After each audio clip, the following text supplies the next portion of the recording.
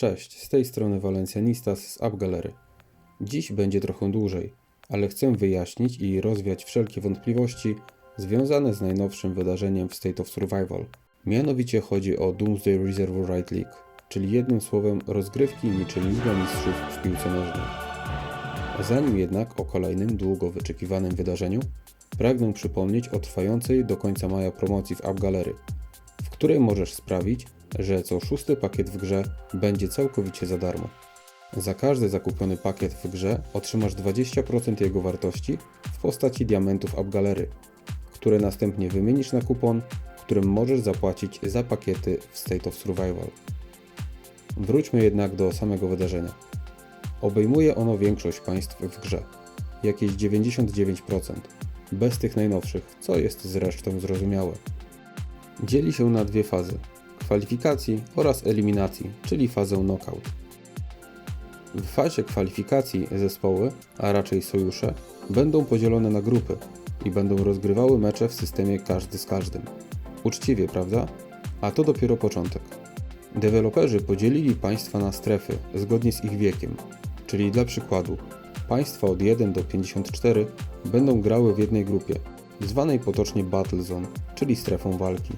Tak samo państwa od 116 do 180, od 181 do 217 itd. itd. Najlepsze w tym wszystkim jest to, że po pierwsze będą grali ze sobą gracze, którzy w jakiś sposób już się znają, bo najczęściej w takim wąskim gronie rozgrywane są State vs State czy rozgrywki międzypaństwowe. Trafiają się oczywiście puste strefy walki, są tam umieszczone martwe państwa, to znaczy takie, które nie zostały gospodarzem fuzji państw. Zostały opuszczone. Przyznam szczerze, że trochę to dziwne widząc takie strefy i pewnie kilka osób, czy nawet pełnych sojuszów chciałoby się znaleźć w takiej strefie, widząc łatwy sposób na zwycięstwo i nagrody. Niemniej jednak rozumiem zamysł deweloperów, którzy po prostu nie mieli innego wyboru i prawdopodobnie gdyby nie umieścili tych pustych stref walki, zrobiłby się niezły kocioł i zamieszanie. Odszukałem nasze państwo 106 i przyznam szczerze, widzę tutaj już pewnych faworytów. Art of Death zagra w grupie Świt Nadziei, w zestawieniu z sojuszami z państw od 61 do 115. Mamy tutaj wielu starych, dobrych znajomych. A teraz zerknijmy na to, co interesuje większość graczy. Prócz walki, najlepsze są oczywiście nagrody. Za sam fakt kwalifikacji do Doomsday Reservoir Right otrzymamy m.in. walutę wydarzenia, którą możemy wymienić na przyspieszenia lub plazmę. Mamy złote fragmenty, wzmocnienia marszu i tajemnicze żółte skrzynki. Zawierają one wzmocnienia, odznaki, sprzęt naczelnika czy małą szansę na budynki, które upiększają nasze osady. Oczywiście większość nagród jest zależna od grupy, do której zostaniemy przypisani. Grupy z kolei zostaną utworzone na podstawie siły sojuszu. Im silniejszy sojusz, tym lepsza grupa. W fazie knockout nagrody przybierają już naprawdę gorącą postać. Oprócz tego wszystkiego, co otrzymamy za sam fakt rejestracji do Doomsday, dodatkowo otrzymamy fantastyczne skórki kwatery, niestety terminowe, na pół roku użytku. Później terminową skórkę marszu, ramkę, 2 odznaki do przypięcia oraz kolejne już skórki kwatery, kolejną ramkę i kolejną skórkę marszu. Jest tego naprawdę sporo.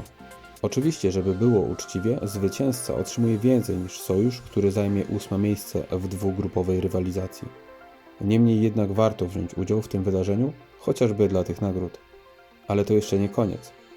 Najlepsi gracze zdobywają punkty solo, które kwalifikują nas do kolejnych nagród zdobywanych podczas Doomsday Reservoir Right League.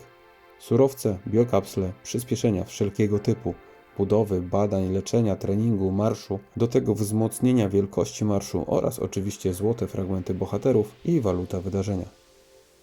Myślicie, że będzie trudno je zdobyć? No i tutaj Was zaskoczę. Nagrody wcale nie są zarezerwowane dla najsilniejszych, z największą możliwą małpą, limitless czy z największą ilością wojska. Punkty solo wydarzenia zdobywamy za wygrywanie spotkań, za zdobywanie punktów solo w czasie meczów w rezerwuarze, więc maksymalne nagrody są dostępne w zasadzie dla każdego gracza. Jeżeli chodzi o czas i daty, to krąży wokół tego wydarzenia kilka sprzeczności. Liderzy mają do wyboru 5 godzin walki, ale to gra i tak wybierze godzinę rozpoczęcia spotkania. Daty, które widzicie obecnie, są datami rozpoczęcia wydarzenia. Niekoniecznie muszą to być daty, w których rozgrywane będą wasze mecze. Jeśli chodzi o punktację sojuszu, to tak jak wspomniałem, im więcej punktów w scoringu otrzyma twój sojusz, w tym lepszej grupie będziesz grał. To oznacza sławniejszych rywali i lepsze nagrody. Jeśli chodzi o sam format walki w Doomsday Reserve Right League, to nie różni się on niczym od poczciwego Reserve Right The Summit. Czyli mamy w zasadzie całe to słodkie, które można zebrać z gry w State of Survival.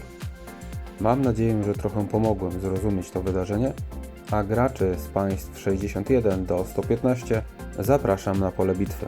Do zobaczenia we walce.